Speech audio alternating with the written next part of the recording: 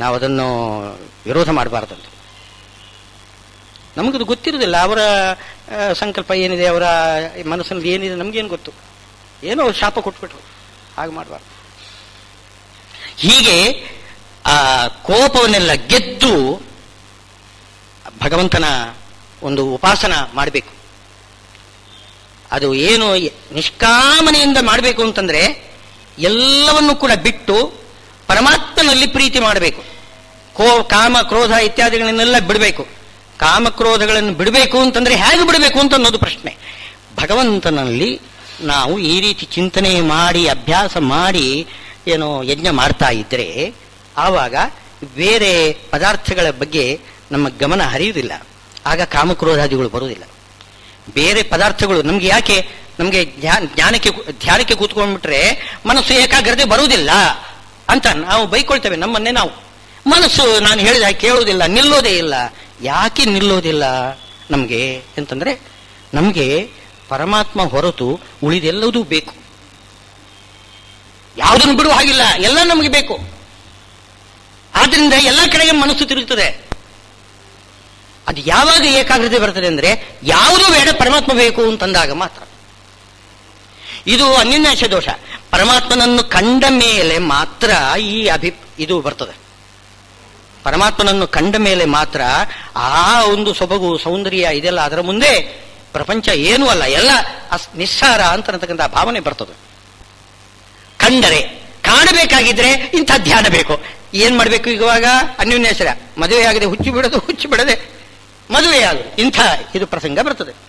ಅದಕ್ಕೆ ಸಮಾಧಾನ ಶಾಸ್ತ್ರಕಾರರು ಹೇಳೋದೇನೋ, ನೀವು ಪ್ರಯತ್ನ ಮಾಡ್ರಿ, ಧ್ಯಾನಕ್ಕೆ ಪ್ರಯತ್ನ ಅಂತೂ ಮಾಡ್ರಿ. ನೀವು ಪ್ರಯತ್ನ ಮಾಡಿದರೆ ಭಗವಂತ ಪ್ರಸನ್ನನಾಗಿ ಅವನು ಅಪರೋಕ್ಷ ಆಗುತ್ತಾನೆ.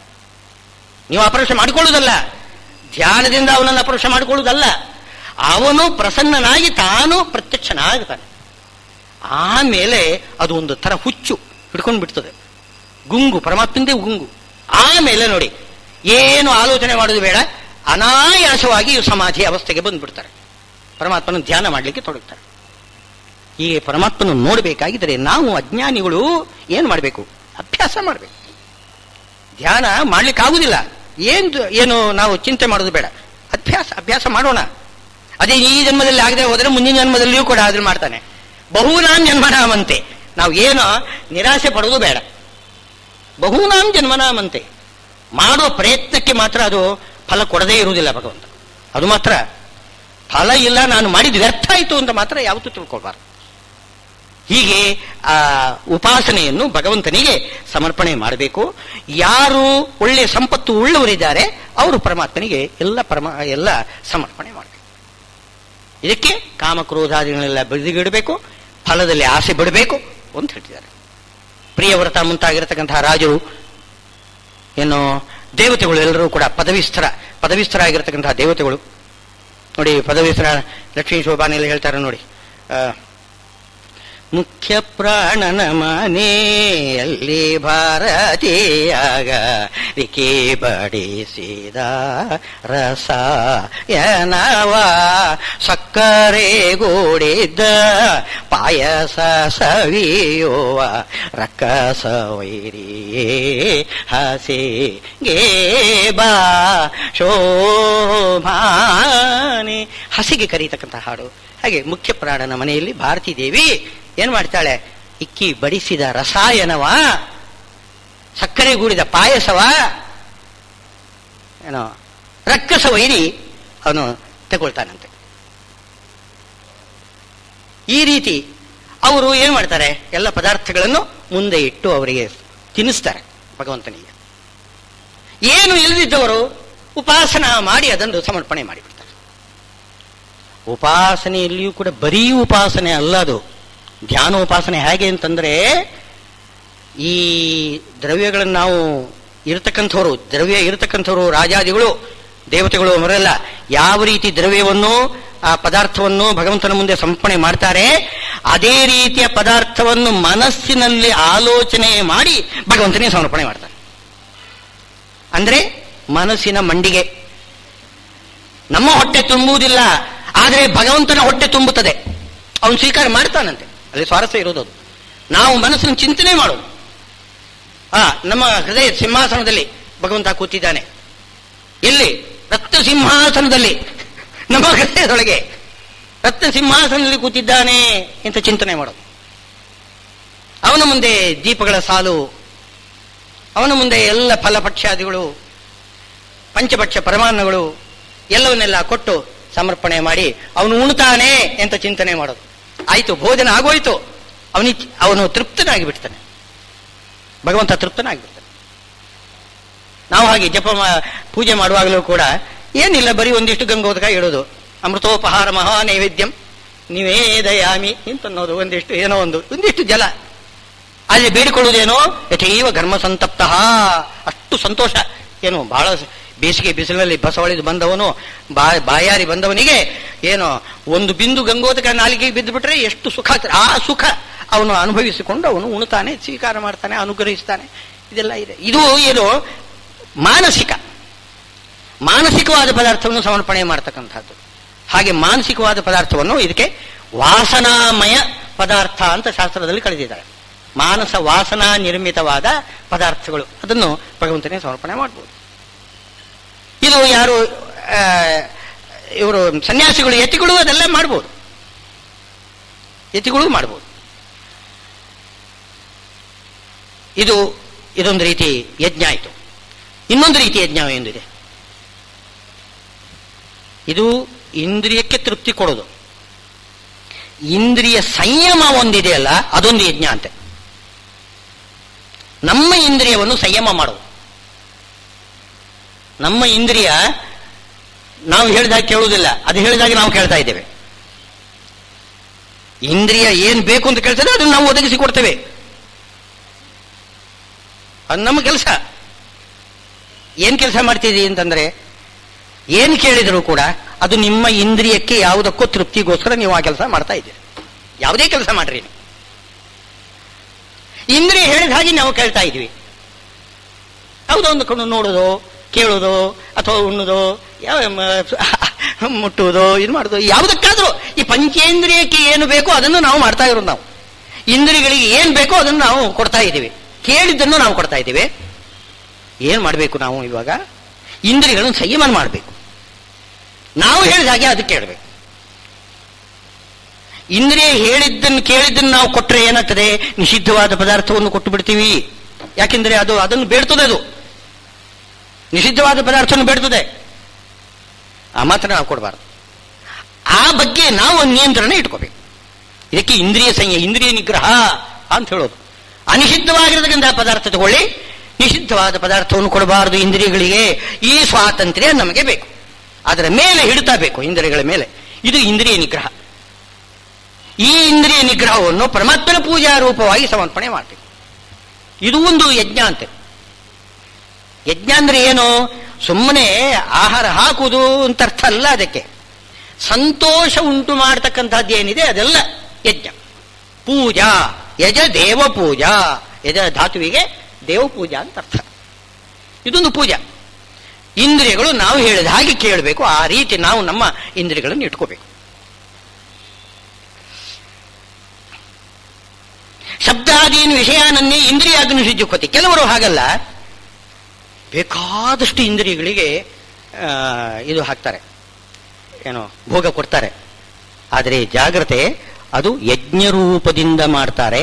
ಯಜ್ಞರೂಪದಿಂದ ಮಾಡುವಾಗ ಇಂದ್ರಿಯಗಳಿಗೆ ನಾವು ಹಾಕತಕ್ಕಂತಹ ಹವಿಸ್ಸು ಇದೆಯಲ್ಲ, ಇಂದ್ರಿಯ ಎಂಬ ಅಗ್ನಿಯಲ್ಲಿ ಏನು ಹವಿಸ್ಸು ಹಾಕ್ತಾ ಇದ್ದೇವೆ, ಅದು ಬೇಡಿದ್ದನ್ನೆಲ್ಲ ಕೊಡ್ತಾ ಇದೀವಲ್ಲ, ಕೊಡುವಾಗ ಅದು ಸಂಯಮದಿಂದ ಏನ್ ಮಾಡ್ತೇವೆ? ಅನಿಷಿದ್ಧವಾಗಿರ್ತಕ್ಕಂಥ ಪವಿತ್ರವಾದ ಹವಿಷ್ಯವಾದ ಅನ್ನವನ್ನೇ ಕೊಡ್ತೇವೆ. ಇದೂ ಒಂದು ರೀತಿಯ ಪೂಜೆ ಅಂತೆ. ಎರಡಿದೆ. ಒಂದು, ನಿಷಿದ್ಧವಾದ ಪದಾರ್ಥವನ್ನು ಕೊಡದೇ ಇರುವುದು, ಅದರ ಮೇಲೆ ಹಿಡಿತವನ್ನು ಸಾಧನೆ ಮಾಡಿಕೊಳ್ಳುವುದು, ಇದು ಒಂದು ಯಜ್ಞ. ಅನಿಷಿದ್ಧವಾದ ಪದಾರ್ಥವನ್ನು ಕೊಡುವುದು, ಅದು ಒಂದು ರೀತಿ ಯಜ್ಞ. ಬೇಕಾದ್ದನ್ನು ಕೊಡೋದು. ಇದು ಯಾರಿಗೆ ಸಾಧ್ಯ ಇದೆ? ಇದು ಅಪರೋಕ್ಷ ಜ್ಞಾನಿಗಳಿಗೆ ಸಾಧ್ಯ ಇದೆ. ಎರಡೂ ಮಾಡಲಿಕ್ಕೆ ಸಾಧ್ಯವಿದೆ. ಏನೋ ಭರತ ಅಂತ, ಯಾವುದು ಭಾಗವತದಲ್ಲಿ ಅವಧೂತ ಆಖ್ಯಾನ ಬರ್ತದೆ. ಅವಧೂತ ಮುನಿ ಅವನು ಹೇಳ್ತಾನಂತೆ, ನನಗೇನು ಅನ್ನ ಸಿಗಲಿಲ್ಲ ಅಂತಂದ್ರೆ ಹಾಗೆ ಬಿದ್ದು ಬಿಡ್ತಾನಂತೆ, ಒಂದು ಕಡೆಯಲ್ಲಿ ಮಲ್ಕೊಂಡು ಬಿಡ್ತಾನೆ, ಏನು ಉಣ್ಣುವುದಿಲ್ಲ, ಸಿಕ್ಕಿದ್ರೆ ಬಿಡುವುದಿಲ್ಲ, ಎಲ್ಲ ತಿಂದು ಬಿಡ್ತಾನಂತೆ. ಅಜಗರ ಅಂತ ಹೆಬ್ಬಾವಿನ ವ್ರತ, ಹೆಬ್ಬಾವು ಹಾಗೆ ಮಾಡ್ತದೆ. ಏನ್ ಸಿಗಲಿಲ್ಲ ಅಂತಂದ್ರೆ ನಿರಾಹಾರವಾಗಿ ಅದು ಎಷ್ಟು ದಿವಸ ಬೇಕಾದರೂ ಹಾಗೆ ಮಲ್ಕೊಂಡಿರ್ತದೆ, ಬಿದ್ದುಕೊಂಡಿರ್ತದೆ. ಸಿಕ್ಕಿದ್ರೆ ಏನ್ ಬೇಕಾದ್ರೂ ತಿಂತದೆ, ಎಷ್ಟು ಬೇಕಾದ್ರೂ ತಿಂತದೆ. ಬಂಡಿ ಅನ್ನ ಉಣಬೇಕು, ಏನಿಲ್ಲ ಅಂತಂದ್ರೆ ಉಪವಾಸ ಕೂತಿರ್ಬೋದು. ಇದು ಎರಡೂ ಆಗಬೇಕು ಅಂತಂದ್ರೆ ಅದು ಯೋಗಿಗಳಿಗೆ ಮಾತ್ರ ಸಾಧ್ಯ ಇದೆ. ಅಂಥ ಕೆಲಸವನ್ನು ಅವರು ಮಾಡ್ತಾರೆ. ಅದು ಯಾಕೆ ಉಣ್ತಾರೆ, ಬೇಕಾದಷ್ಟು ಅಷ್ಟು ಉಣ್ಣುವುದು ಯಾಕೆ ಅಂತ ನಮ್ಗೆ ಅನಿಸ್ಬೋದು. ನೀವು ಭಗವದ್ಭಕ್ತರು ಅಂತಂತೀರಿ, ಅಪರೋಕ್ಷ ಜ್ಞಾನಿಗಳು, ಯೋಗಿಗಳು, ಅವರು ಯಾಕೆ ಅಷ್ಟೆಲ್ಲ ಯಾಕೆ ಉಣಬೇಕು?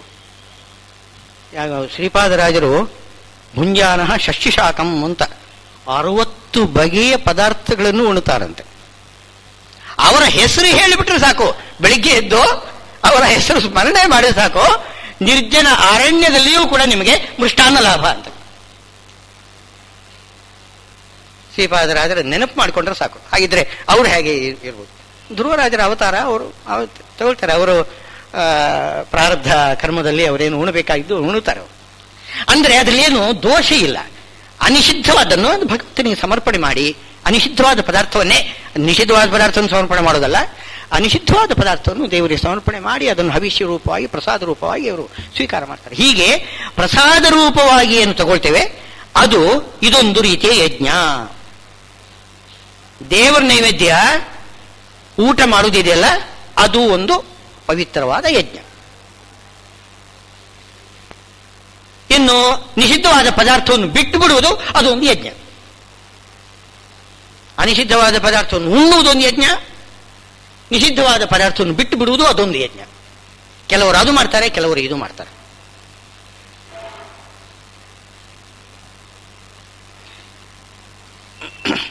ಇನ್ನು ಆತ್ಮ ಸಂಯಮ ಯೋಗ ಜ್ಞೌ ಮನೋನಿಗ್ರಹ ಮಾಡ್ತಾರೆ. ಮನೋನಿಗ್ರಹ ಮಾಡಿ, ಈಗ ಇಂದ್ರಿಯ ನಿಗ್ರಹ ಹೇಳಿದಾಗಾಯ್ತು. ಇಂದ್ರಿಯ ನಿಗ್ರಹ ಅಂದ್ರೆ ಏನು? ಇಂದ್ರಿಯಗಳಿಗೆ ನಾವು ಅನಿಷಿದ್ಧವಾದ ಪದಾರ್ಥವನ್ನೇ ಕೊಡ್ತೇವೆ, ನಿಷಿದ್ಧವಾದ ಪದಾರ್ಥವನ್ನು ಕೊಡುವುದಿಲ್ಲ. ಇದು ಇಂದ್ರಿಯ ನಿಗ್ರಹ ಆಯಿತು. ಮನೋನಿಗ್ರಹದಲ್ಲಿ ಇಂದ್ರಿಯಗಳನ್ನು, ನಮ್ಮ ಎಲ್ಲ ಕರ್ಮಗಳನ್ನು ಸಮರ್ಪಣೆ ಮಾಡಿಬಿಡ್ಬೇಕಂತ. ಅದೊಂದು ರೀತಿಯ ಯಜ್ಞ.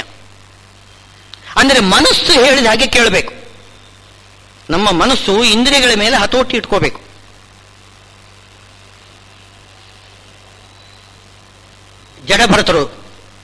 ಜಡಭರತರು ಏನ್ ಮಾಡಿದ್ರು?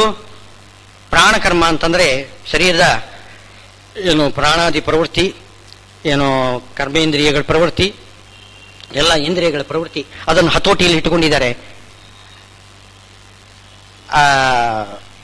ಅವರು ರಾಜನ ಮೇನೆಯನ್ನು ಹೆಗಲಿನಲ್ಲಿ ಹೊತ್ತುಕೊಂಡ್ಬಿಡ್ತಾರಂತೆ. ದಷ್ಟಪುಷ್ಟರಾಗಿದ್ದಾರಂತೆ ಜಡಭರತರು. ದಷ್ಟಪುಟ್ಟರು, ಚೆನ್ನಾಗಿ ಉಣ್ತಾರೆ, ದಷ್ಟಪುಟ್ಟರಾಗಿದ್ದಾರೆ, ಮೇನೆಯನ್ನು ಹೊರತಾರೆ. ಎಲ್ಲ ಮನೋನಿಗ್ರಹದ ಬಲದಿಂದ ಅವರು ಆ ಇಂದ್ರಿಯದ ಜಯವನ್ನು ಸಂಪಾದನೆ ಮಾಡಿದ್ದಾರೆ. ಸರ್ವಾಣಿ ಇಂದ್ರಿಯ ಕರ್ಮಾಣಿ ಪ್ರಾಣಕರ್ಮಾಣಿ ಚ. ಇಂದ್ರಿಯ ಕರ್ಮ, ಪ್ರಾಣಕರ್ಮ. ಪ್ರಾಣಕರ್ಮ ಅಂತಂದ್ರೆ ಈ ಶ್ವಾಸೋಚ್ಛ್ವಾಸವನ್ನು ಕೂಡ ನಿಯಂತ್ರಣದಲ್ಲಿ ಇಟ್ಟುಕೊಳ್ಳೋದು, ಇಂದ್ರಿಯಗಳನ್ನು ನಿಯಂತ್ರಣದಲ್ಲಿ ಇಟ್ಟುಕೊಳ್ಳೋದು. ಅದರಿಂದ ಭಗವಂತನ ಸೇವಾ ಮಾಡೋದು, ಇದು ಒಂದು ರೀತಿ ಭಗವಂತನ ಸೇವಾ. ರಾಜನ ಮೇನೆಯನ್ನು ಹೊತ್ತರೆ ಅದು ಅಲ್ಲೇನೆ ಹೇಳ್ತಾರೆ, ರಾಜ ನೀನು ಅಹಂಕಾರದಿಂದ ನಿನ್ನನ್ನು ನೀನು ರಾಜ ಅಂತ ಹೇಳ್ಕೊಳ್ತಾ ಇದ್ದಿ, ನೀನು ರಾಜ ಅಲ್ಲ, ನಿನ್ನ ಒಳಗಡೆ ಇರತಕ್ಕಂಥ ಪರಮಾತ್ಮ ರಾಜ, ಅವನ ಸೇವಾ ಮಾಡ್ತಾ ಇದ್ದೇನೆ ಅಂತ ನಾನು ಹೊರತಾ ಇದ್ದೇನೆ. ಏನಾಗಿದೆ ಅದು ಹೊರತಾ ಇರುವಾಗ ಅವರು ಅವಧೂತ ಬ್ರಾಹ್ಮಣ, ಅವರು ಜಡಭರತ ಹೆಜ್ಜೆ ಇಡುವಾಗ ಎಲ್ಲರೂ ಹಾಗೆ ಹೆಜ್ಜೆ ಇಡ್ತಿರ್ಲಿಲ್ಲ. ಅವ್ರೇನೋ ಎದ್ವಾ ಹೆಜ್ಜೆ ಇಡ್ತಾರಂತೆ. ಎದ್ವಾ ಅಂದ್ರೆ ಮತ್ತೇನಲ್ಲ, ದಾರಿಯಲ್ಲಿ ಏನಾದರೂ ಒಂದು ಪ್ರಾಣಿಗಳು ಪಶುಗಳೆಲ್ಲ ಇದ್ರೆ ತನ್ನ ಕಾಲ ಕೆಳಗಡೆ ಬಿದ್ದು ನಾಶ ಆಗಬಾರದು ಅಂತ ನೋಡಿ ಕೆಲವು ಕಡೆ ಏನೋ ದಾಪುಗಾಲ ಹಾಕೋದು, ಕೆಲವು ಕಡೆಯಲ್ಲಿ ಅಲ್ಲೇ ನಿಧಾನವಾಗಿ ಹೆಜ್ಜೆ ಮೇಲೆ ಹೆಜ್ಜೆ ಇಡೋದು, ಈ ತರ ಮಾಡ್ತಾ ಇದ್ರು. ಅದು ಮೇನೆ ಹೊರತಕ್ಕಂಥ ಸರಿಯಾಗಿ ಆಗಲಿಲ್ಲ. ಅವನಿಗೆ ಕೋಪ ಬಂತು ರಾಜನಿಗೆ. ಆವಾಗ ರಹುಗಣ ರಾಜ, ಅವನಿಗೆ ಕೋಪ ಬಂತು. ಅವನು ನಾನು ನಿನಗೆ ಶಿಕ್ಷೆ ಮಾಡ್ತೇನೆ ಅಂತಂದಾಗ ಹೇಳ್ತಕ್ಕಂತಹ ಮಾತು, ಶಿಕ್ಷೆ ಮಾಡ್ತೀಯ ನೀನು? ನನಗೆ ಶಿಕ್ಷೆ ಮಾಡ್ಲಿಕ್ಕೆ ಸಾಧ್ಯನೇ ಇಲ್ಲ ಅಂತ. ಏನಾದರೂ ಹೆಚ್ಚು ಕಮ್ಮಿ ಮಾಡಿದರೆ ನನ್ನ ಶರೀರಕ್ಕೆ ನೀನು ಎಷ್ಟು ಇದು ಮಾಡಿದರೂ ನನಗೂ ಏನು ಸಂಬಂಧವೇ ಇಲ್ಲ, ಶರೀರ ನನ್ನದಲ್ಲ ಅಂತ. ನನ್ನದು ಅಂತ ನನಗೆ ಅಭಿಮಾನ ಇಲ್ಲ, ನೀನು ಶರೀರಕ್ಕೆ ಹೊಡೆದ್ರೆ ನನಗೆ ನೋವಾಗುವುದಿಲ್ಲ ಅಂತ ಹೇಳ್ತಾರೆ. ಹಾಗಿದ್ರೆ ಮತ್ತ್ಯಾಕೆ ಹೊರೋದು? ಭಗವಂತನ ಸೇವಾ ಮಾಡ್ಲಿಕ್ಕೋಸ್ಕರ.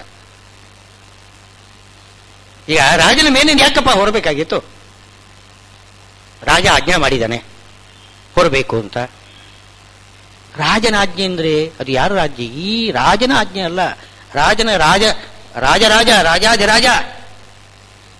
ರಾಜಾಧಿರಾಜಾಯ ಪ್ರಸಖ್ಯ ಶಾಹಿರೇ ನಮೋ ವಯಂ ಈ ಶ್ರವಣಾಯ ಕುರ್ಮೆ.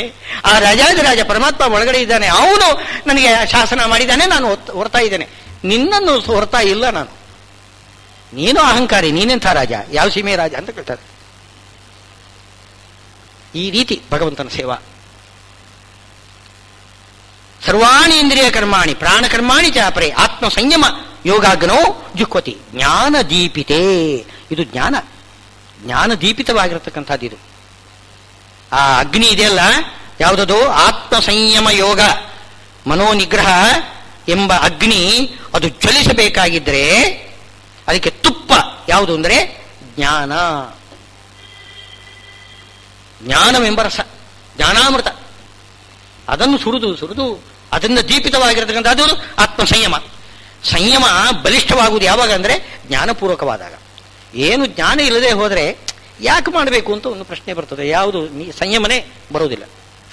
ಸರಿಯಾದ ಜ್ಞಾನ ಇದೆ ಅಂತಂದ್ರೆ ನಾವು ಯಾತಕ್ಕೆ ನಮ್ಮ ಇಂದ್ರಿಯಗಳ ಮೇಲೆ ಮನಸ್ಸಿನ ಮೇಲೆ ಹಿಡ್ತಾ ಯಾಕೆ ಸಾಧನೆ ಮಾಡ್ಕೋಬೇಕು ಅಂತ.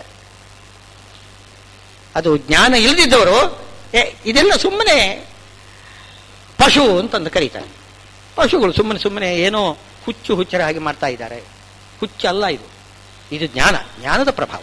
ಜ್ಞಾನ ದೀಪಿತೆ ಆತ್ಮ ಸಂಯಮ ಯೋಗಾಗ್ನೌ ಜುಹ್ವತಿ.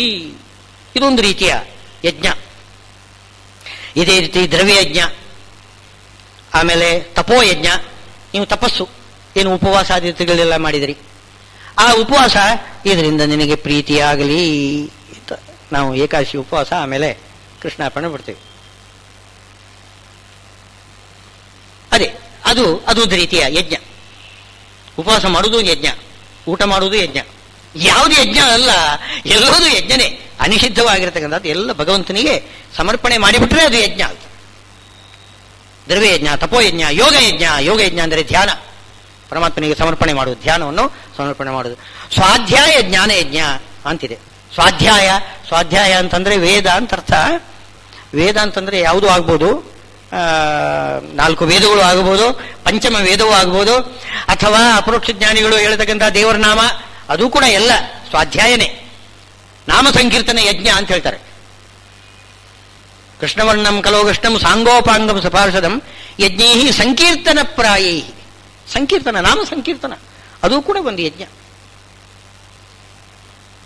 ಇದು ಸ್ವಾಧ್ಯಾಯ ಜ್ಞಾನಯಜ್ಞ. ಸ್ವಾಧ್ಯಾಯಜ್ಞ ಜ್ಞಾನಯಜ್ಞ ಅಂತ ಒಂದು ಪ್ರತ್ಯೇಕ ಹೇಳ್ತಿದ್ದಾರೆ. ಜ್ಞಾನಯಜ್ಞ ಅಂತಂದ್ರೆ ಶ್ರವಣ ಮನನ ಮಾಡೋದು, ಅದು ಜ್ಞಾನಯಜ್ಞ. ಜ್ಞಾನ ಕಾರ್ಯ ಅಂತ ಹೇಳ್ತೀವಲ್ಲ, ಅದು ಯಾವುದು? ಶ್ರವಣ ಮನನ, ಅದು ಜ್ಞಾನ ಕಾರ್ಯ. ಯೋಗಯಜ್ಞ ಅಂತಂದ್ರೆ, ಯೋಗ ಅಂದ್ರೆ ಏನು? ಧ್ಯಾನ ಮಾಡೋದು, ಅದು ಧ್ಯಾನಯಜ್ಞ. ಈಗ ಸ್ವಲ್ಪ ವ್ಯತ್ಯಾಸ ಇದೆ. ಯೋಗಯಜ್ಞ ಅಂದರೆ ಧ್ಯಾನಯಜ್ಞ, ಜ್ಞಾನಯಜ್ಞ ಅಂತಂದ್ರೆ ಶ್ರವಣ ಮನನ ಯಜ್ಞ. ಸ್ವಾಧ್ಯಾಯ ಯಜ್ಞ ಅಂತಂದ್ರೆ ನಾಮ ಸಂಕೀರ್ತನಾದಿಗಳು, ಪಾರಾಯಣ, ಜಪ ಮುಂತಾದವುಗಳೆಲ್ಲ. ಜಪನೂ ಕೂಡ ಒಂದು ಯಜ್ಞ. ಇದೆಲ್ಲ ಸ್ವಾಧ್ಯಾಯ ಜ್ಞಾನಯಜ್ಞಾಶ್ಚ ಯತಯ ಶಂಸಿತೌ ರತಾಃ ಅಪರೇ ಜುಹ್ವತಿ ಪ್ರಾಣಂ. ಇನ್ನು ಕೆಲವರು ಏನು ಮಾಡ್ತಾರೆ, ಪ್ರಾಣಾಯಾಮ ಯಜ್ಞ ಅಂತ ಮಾಡ್ತಾರಂತೆ. ಪ್ರಾಣಾಯಾಮವೇ ಒಂದು ಯಜ್ಞ. ಹಾಗೆ ಪ್ರಾಣಂ ಪ್ರಾಣೇ, ಅಪಾನಂ ಪ್ರಾಣೇ, ಪ್ರಾಣಂ ಅಪಾನೆ. ಈ ಪ್ರಾಣಾಯಾಮ ಮಾಡಬೇಕಾಗಿದ್ರೆ ಮೊದಲೇನು ಮಾಡಬೇಕು? ಈ ಬಲ ಮೂಗಿನಿಂದ ಏನೋ ರೇಚಕ ಮಾಡಬೇಕು, ಒಳಗಿನ ಶ್ವಾಸವನ್ನು ಹೊರಗಡೆ ತರಬೇಕು. ಎಡ ಮೂಗಿಂದ ತಗೋಬೇಕು, ಪೂರಕ ಆಯಿತು. ಆಮೇಲೆ ಮೂಗು ಎರಡನ್ನು ಹಿಡ್ಕೊಂಡು ಕುಂಭಕ ಮಾಡಬೇಕು. ಇದು ಪ್ರಾಣಾಯಾಮ. ಅಲ್ಲಿ ರೇಚಕ ಮಾಡುವಾಗ ಪ್ರಾಣ ಹೊರಗಡೆ ಬರುವಾಗ ಜೊತೆಗೆ ಅಪಾನನೂ ಬರ್ತದಂತೆ. ಏನು ಅಪಾನ ಅಂದರೆ ಏನು? ಅಪಾನ ಅಂತಂದರೆ ಶರೀರದಲ್ಲಿ ರಕ್ತ ರಸ ಇತ್ಯಾದಿಗಳೆಲ್ಲ ಸೀಕ್ರೆಷನ್ ಏನಿದೆ ಅದೆಲ್ಲ ಕೆಳಗಡೆ ಮುಖವಾಗಿ ಹರಿಯಬೇಕಾಗಿದ್ದರೆ ಅದು ನಿಯಾಮಕವಾದ ಒಂದು ಶಕ್ತಿ ಹೊಂದಿದೆಯಲ್ಲ, ಅದನ್ನು ಅಪಾನ ಅಂತ ಕರೆದಿದ್ದಾರೆ. ಅದು ಅಪಾನ. ಮೇಲ್ಮುಖವಾಗಿ ಪ್ರವಾಹ, ರಸ ರಕ್ತ ಮುಂತಾದವುಗಳ ಮೇಲ್ಮುಖವಾಗಿ ಪ್ರವಾಹ ಹೊಂದತಕ್ಕಂಥ ಅದು ಪ್ರಾಣ. ಕೆಳಮುಖವಾಗಿ ಹರಿಯತಕ್ಕಂಥದ್ದೆಲ್ಲ ಅಪಾನ. ಪ್ರಾಣ ಅಪಾನ. ಯಾವುದೋ ಅಪಾನ ವಾಯು, ಅದನ್ನು ಅಪಾನ ಅಂತ ಹೇಳಬಾರದು. ನಾವು ನಮ್ಮ ಇದರಲ್ಲಿ ನಮ್ಮ ರೂಢಿಯಲ್ಲಿ ಅಪಾನ ವಾಯು ಅಂತಂದ್ರೆ ಅದು ಬೇರೆ ಅರ್ಥ ಕೊಡ್ತದೆ. ಅದು ಆಯುರ್ವೇದ ಪ್ರಕಾರವೂ ಕೂಡ ಈ ದೋಷ, ಧಾತು, ಮಲ ಅಂತ 3 ರೂಪ ಇದೆ ಅಂತೆ. ವಾತ, ಪಿತ್ತ, ಕಫ ಮೂರಕ್ಕೂ ಕೂಡ 3 ರೂಪ ಇದೆ. ವಾತದಲ್ಲಿ ವಾತ ದೋಷ ಇದೆ, ವಾತ ಧಾತು ಇದೆ, ವಾತ ಮಲ ಇದೆ. ಮಲರೂಪವಾದ ಮಲರೂಪವಾದ ವಾತವನ್ನು ನಾವು ಏನು ಮಾಡ್ತೇವೆ? ಅದನ್ನು ಈಗ ಕುಳಿ ತೇಗು ಹೊರಗಡೆ ಬರ್ತದೆ, ಅದು ಮಲರೂಪವಾದ ವಾತ, ಗಾಳಿ ಮಲರೂಪವಾದ್ದು. ಅದೇ ಧಾತು ಇದೆ ಒಳಗಡೆ, ವಾತರೂಪವಾದ ಧಾತು ಇದೆ, ಅದು ನರ್ವಸ್ ಸಿಸ್ಟಮ್, ಅದನ್ನೇ ವಾತ ಅಂತ ಕರೆದಿದೆ. ಧಾತು ಇಡೀ ಶರೀರವನ್ನು ಕಾಪಾಡ್ತಕ್ಕಂಥದ್ದು, ಅದಕ್ಕೆ ಧಾತು ಅಂತ ಕರೆದಿದ್ದಾರೆ ಆಯುರ್ವೇದದಲ್ಲಿ. ದೋಷ ಅಂತಂದ್ರೆ ಅದರಲ್ಲೇ ಸ್ವಲ್ಪ ಈಕ್ವಿಲಿಬ್ರಿಯಂ ಸ್ವಲ್ಪ ಇದಾಗಿಲ್ಲ. ದೋಷ, ಧಾತು, ಅದು ವಾತ, ಪಿತ್ತ, ಕಫ 3 ರೀತಿ ಒಂದು ಇದಿರಬೇಕು, ಪ್ರಪೋರ್ಷನೇಟ್ ಆಗಿರ್ಬೇಕಂತೆ. ಅದೇನಾದ್ರೂ ಪ್ರಪೋರ್ಷನ್ ಸ್ವಲ್ಪ ವ್ಯತ್ಯಾಸ ಆಯಿತು, ಅದರಲ್ಲಿ ಈಕ್ವಿಲಿಬ್ರಿಯಂ ಸ್ವಲ್ಪ ಡಿಸ್ಟರ್ಬ್ ಆಯಿತು ಅಂತಂದ್ರೆ ಆವಾಗ ಅದನ್ನು ನಾವು ಏನು ಹೇಳ್ತೇವೆ? ದೋಷ ಅಂತ ಕರೀತೇವೆ.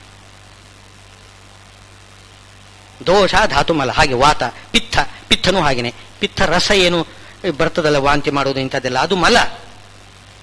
ಅದೇ ಒಳಗಡೆ ಏನು ಪದಾರ್ಥಗಳನ್ನು ಡೈಜೆಸ್ಟ್ ಮಾಡತಕ್ಕಂಥದ್ದು ಇದೆಲ್ಲ, ಆ ಶಕ್ತಿ ಪಿತ್ತದಲ್ಲಿ ಅದು ಇದು ಅಗ್ನಿ, ಜಠರಾಗ್ನಿ ಅಂತ ಅದನ್ನು ಕರೀತಾರೆ, ಅದು ಧಾತು.